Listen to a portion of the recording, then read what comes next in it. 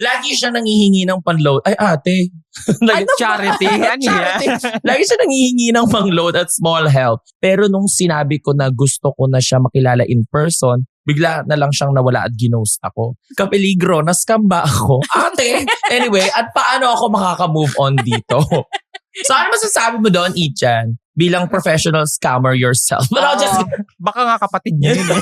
Ay, ikaw yan. Baka si Ichan yung nakachat mo. Oo nga. Tsaka I think babae yung nag-send. Or Babae pa yung nag-send, so, lalaki pa yung kausap yung niya. kausap niya, for sure, kapag gusto siya nun, baka naka-step foot forward, dapat yung lalaki. Actually, hindi manghihingi totoo. sa kanya.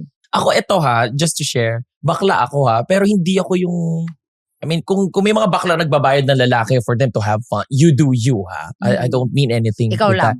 It's just that for me, hindi ako fan nung gano'n na nagbabayad or talaga. mga nagpapabayad. Feeling ko, For me. ano mo kasi, parang at some point, kumpleto ka. Na parang hindi ko kailangan ng kasama. Okay ako. Hindi ko kailangan magbayad para may Parang kasama. ito.